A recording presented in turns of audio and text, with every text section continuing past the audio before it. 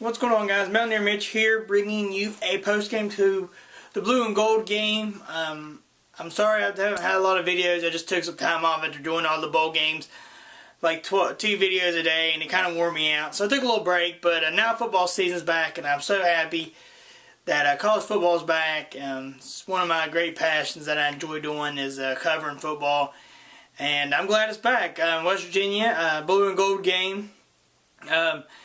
My ins and outs of it. Defense looked a lot better. Definitely a lot better than what they looked like last year. I mean, I knew they couldn't get any worse than what they were.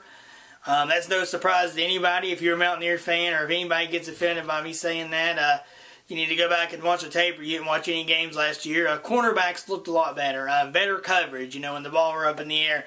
Looked like 2 guys converging on it. Safety, cornerback, 2 cornerbacks, whatever. They looked like they did a pretty good job of knocking the ball down. They had 2 interceptions, which is pretty good. I don't know if that was on the defensive side or if it was just the lack of the quarterback experience that was going on. Yeah, I mean, the defense looked a lot better, and that's good. I mean, in my opinion, I think defenses win championships. And, go look at it on the other side, the offensive side of the ball. There's a lot of position changes and a lot of battles for positions on both sides, not just on offense but on defense also. But the one everybody's looking at this year is the quarterback competition between Paul Millard and Fort Childress. Paul Millard has had experience over last year when it was either a blowout or whenever Gino got hurt, he got to come in and play a little bit. And looking at Fort Childress, he's a redshirt freshman. They redshirted him last year. But both of them looked okay, and I'm saying okay is in the light term of, they're not ready. And I mean, and from that game I could see they're not ready.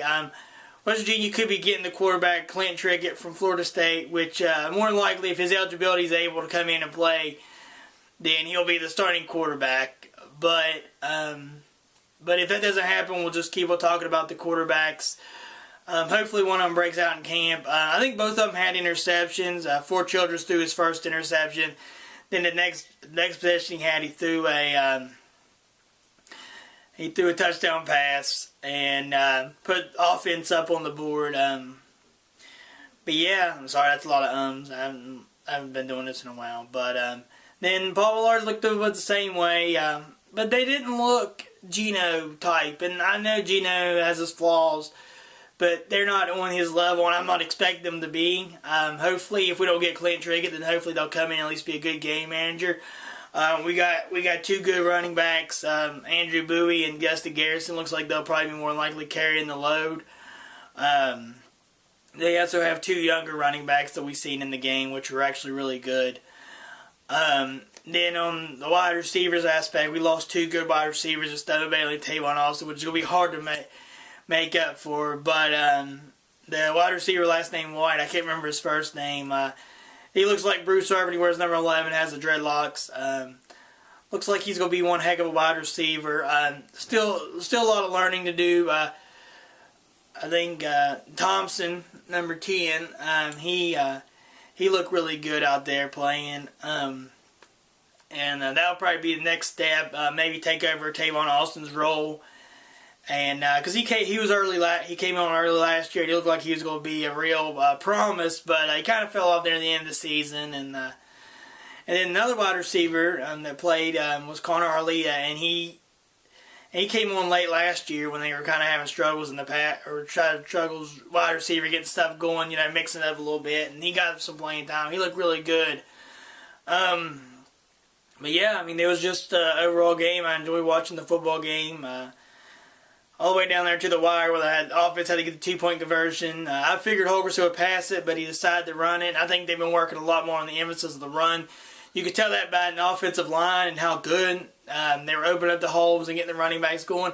I mean, the air raid offense has to be, a balanced offense for it to work. And last year it wasn't so balanced, and that's the reason West Virginia got blown out a lot, was there wasn't enough balance.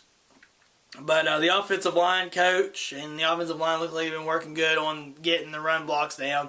And the passing blocks will come later, probably later in camp. But I was pretty happy with what I expected because I didn't know what to expect, coming into this game because so much that we lost, so much that was lost. I knew we had a lot of returning defensive people, but yeah, I'm pretty satisfied with what I've seen. I think we'll upset some people in the Big 12.